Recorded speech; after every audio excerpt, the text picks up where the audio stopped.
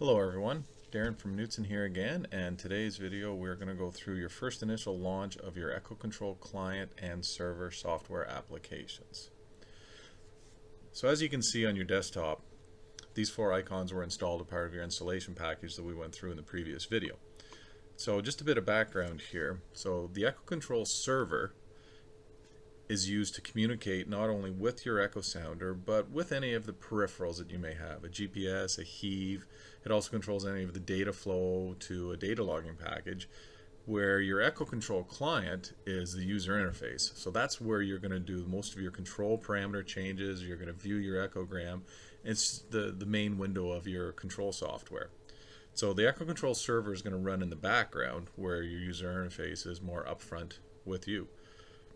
So if you go ahead and we'll launch the EchoControl server, you'll see a quick flash of the screen, and then you'll see a K appear down on your taskbar. And if you hover over it, you can see EchoControl server. So there it is running in the background. If we go ahead and run our EchoControl client, the first time this will actually come up, you'll get this server connection window. And where this is set up, for most survey applications, you're going to have your EchoControl client and server both running on the same computer. In some applications, let's say a science vessel or a larger vessel, you may actually have the server connected to the host computer to the echosounder, but you may want to be running clients in different locations on that network. Let's say one in the bridge, one in the science lab. If that was the case, this is where you'd be able to go through and tell your client and your server what the IP connection is between the two different locations on the network. But for majority of the cases, majority of the survey applications, everything's all done on the same computer. So for that first time that you launch it, it's going to ask you to give this server connection. So what you'll go through, you'll see where it says used servers, and you'll have an IP address there. Just go ahead and click on that and hit connect. Okay, so at this point in time, our client is connected. We're going to open this up, and you can see it's a fairly blank slate at this point in time. So what we're going to go ahead and do is we're going to go ahead and open some of these control windows that are going to help you get started. So if you hit your control button, the first one we're going to come up is we're going to hit depth channels. So you can see as soon as you do that, another window comes up. These are dockable windows that are always going to appear on the left hand side of your client screen.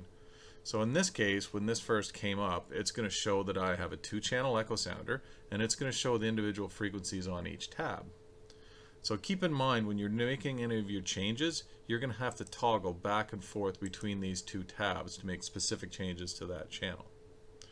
So under your main depth channel ones, you have your transmit pulse, your transmit power, your gain controls, and your sensitivity, processing shift. You have a lot of the individual controls you're going to need to manipulate to change your channel operation. Another window that we like to have up at this point in time is your range and phase. So that's going to locate as well too on the left hand docking bar a little further down. The range and phase controls are where you're going to set up your search window parameters. Quick way of remembering that is your range is going to be the amount of information displayed on your screen at one point in time, where your phase is going to be where in the water column that amount of information is going to be. For example, if we were on a range of 20, that sets our phase from 0, our search window from 0 to 20 meters.